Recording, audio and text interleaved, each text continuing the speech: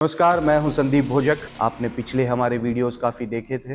मोगेम्बो खुश हुआ। आज हम लोग बात करेंगे इमोशंस के बारे में।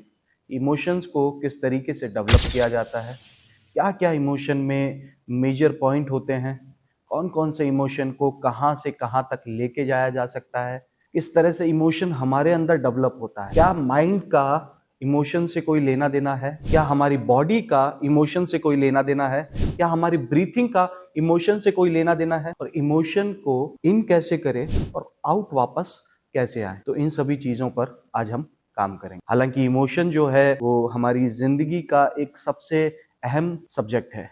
क्यों? क्योंकि इमोशन अगर हमारे अंदर ना हो तो हम भी जानवरों की भांति रहेंगे, हम भी उस पेड़ की भांति रहेंगे जो फल भी देता है, जो ऑक्सीजन भी लेता है, कार्बन डाइऑक्साइड भी छोड़ता है, सारी वही चीजें करता है जैसे हम लोग करते हैं।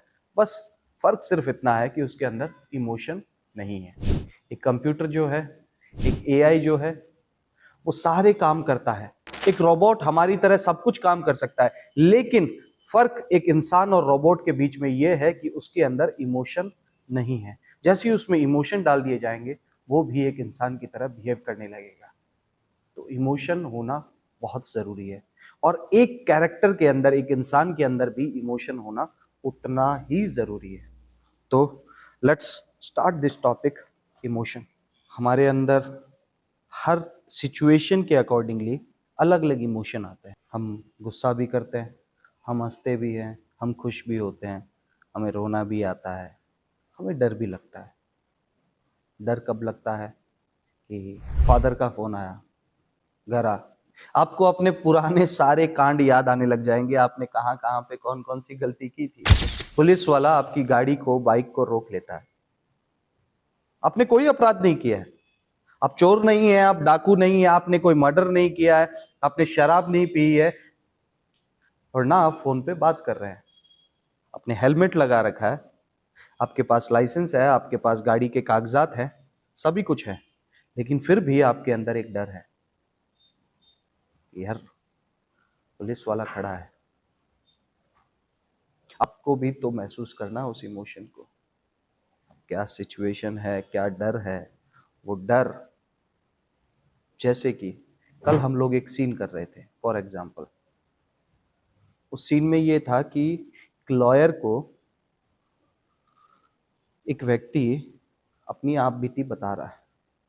अब वो जेल में है, पुलिस ने उसे गिरफ्तार कर लिया है, उसके ऊपर झूठे इल्जाम लगा करके उसे जेल में डाल दिया गया है।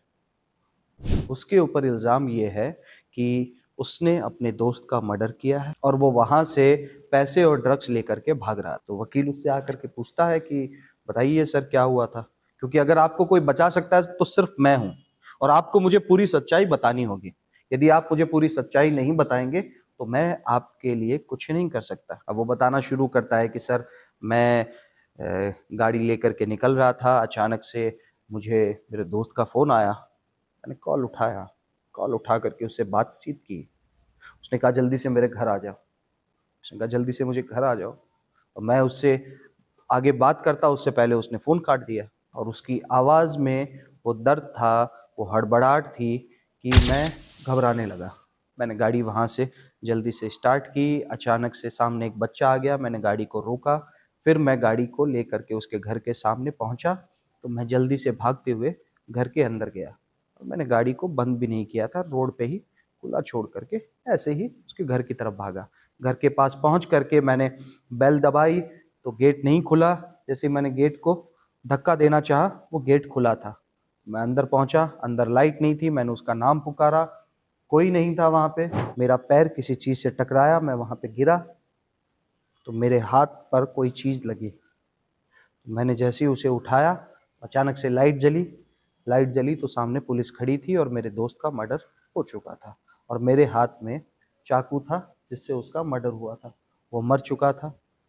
पुलिस ने उसी वक्त मुझे गिरफ्तार किया और मुझे जेल में लेके आ गए। अब वकील कह रहा है कि आपकी गाड़ी में से 50 लाख रुपए और ड्रग्स मिले हैं। सर, हो ही नहीं सकता। मेरी 3 साल से मैंने लोन की ईएमआई नहीं भरी है, मेरे घर पर लोन चल रहा है, मेरी गाड़ी पर लोन चल रहा है, मेरे पास पैसे नहीं है। और आप कह रहे हैं कि मेरे पास 50 लाख रुपए थे। ऐसा तो हो ही नहीं सकता, मुझे फंसाया गया है। That's all. तो अब इसमें कितने इमोशन उसके चेंज हुए, इसको समझना बहुत जरूरी है। कितने प्रकार के इमोशन चेंज हुए, कैसे वो किस इमोशन में एंट्री कर रहा है और किस इमोशन में वो एग्जिट कर रहा है, कैसे उसको कंट्रोल करना है, कैसे उसको होल्ड करना है, और पाथ ब्रेकिंग मोमेंट क्या है। इमोशन में एंट्री कहां से हुई? जब वो गाड़ी में फोन पे बात कर रहा था, वहां पे एक डर पैदा होना शुरू हुआ। अरे क्या हुआ, अरे तुम हो कहां, हेलो हेलो। वो डर, वो घबराहट वहां से उसके अंदर पैदा होना शुरू हुआ। वो इमोशन वहां से उसके अंदर पैदा होना शुरू हुआ। वो डर, घबराहट, उसके दिमाग में वो विचार चल रहे, पता नहीं क्या हो गया उसके साथ, ऐसी क्या सिचुएशन हो गई उसके साथ कि वो इतना घबराया हुआ था और मुझे सिर्फ इतना बोला, पूरी बात भी नहीं बताई। एंड ही वाज कंटिन्यूअसली उसको रिकॉल कर रहा है। एग्जिट, एग्जिट कहाँ होगा इमोशन का? जब वो वकील को सारी चीजें बता रहा है, जब वो वकील को सारी चीजें बता रहा है, वहां पे मतलब किस मोमेंट से उसने एंट्री किया, बीच में क्या इमोशन आए, और एग्जिट कहाँ हुआ। 3 वे स्ट्रक्चर।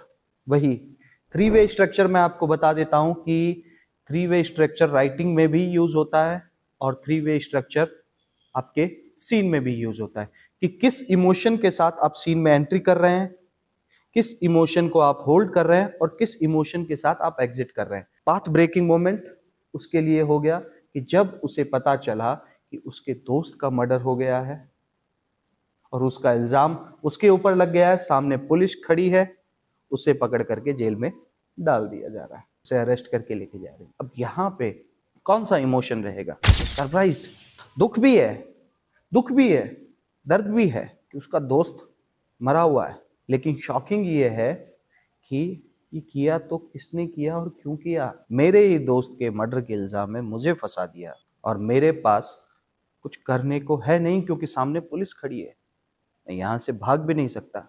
ये रियल सिचुएशन है। आपको अरेस्ट कर लिया गया है और आपको पकड़ के जेल में डाल दिया गया है। वह वकील को सिर्फ ये गुहार लगा सकते हो कि मैं इनोसेंट हूँ, मैंने ये सब नहीं किया। इस सीन में कैसे उस कैरेक्टर को होल्ड करना है, कैसे उस इमोशन को होल्ड करना है, क्योंकि सबसे पहली चीज जो आती है ना, वो यही है कि कैरेक्टर को होल्ड करके रखना वो सबसे मुश्किल काम है। लेकिन एक मोमेंट पे जा करके का दिमाग जो है वो कैरेक्टर छोड़ देगा, आप वापस अपने रियल अवतार में आ जाएंगे। यहाँ पे कंट्रोल जो है वो सिर्फ और सिर्फ आपके माइंड का है, आपकी ब्रीथिंग का है, आपकी एनर्जी का है। पूरा आपकी ब्रीथिंग, आपका माइंड, आपकी बॉडी, जब सारी चीजें एक साथ चलती रहेगी ना, तो वो कैरेक्टर आपकी पकड़ में रहेगा, वरना वो कैरेक्टर छूट जाएगा कहीं और। कैरेक्टर कहीं और जा रहा है, आपका इमोशन कहीं और जा रहा है, आप कहीं और जा रहे हैं और सीन की लग जाएगी। सीधी सी बात है, 50 रुपए काट इसकी ओवर एक्टिंग के। खाने में थोड़ा सा भी नमक ज्यादा डाल दोगे ना, खारा हो जाएगा, आप खा नहीं पाएंगे। तो उसी प्रकार सीन में भी जितना इमोशन डालोगे ना, उतना ही देखने वाले को अच्छा लगेगा, उतनी ही रियलिटी होनी चाहिए जितनी जरूरत है।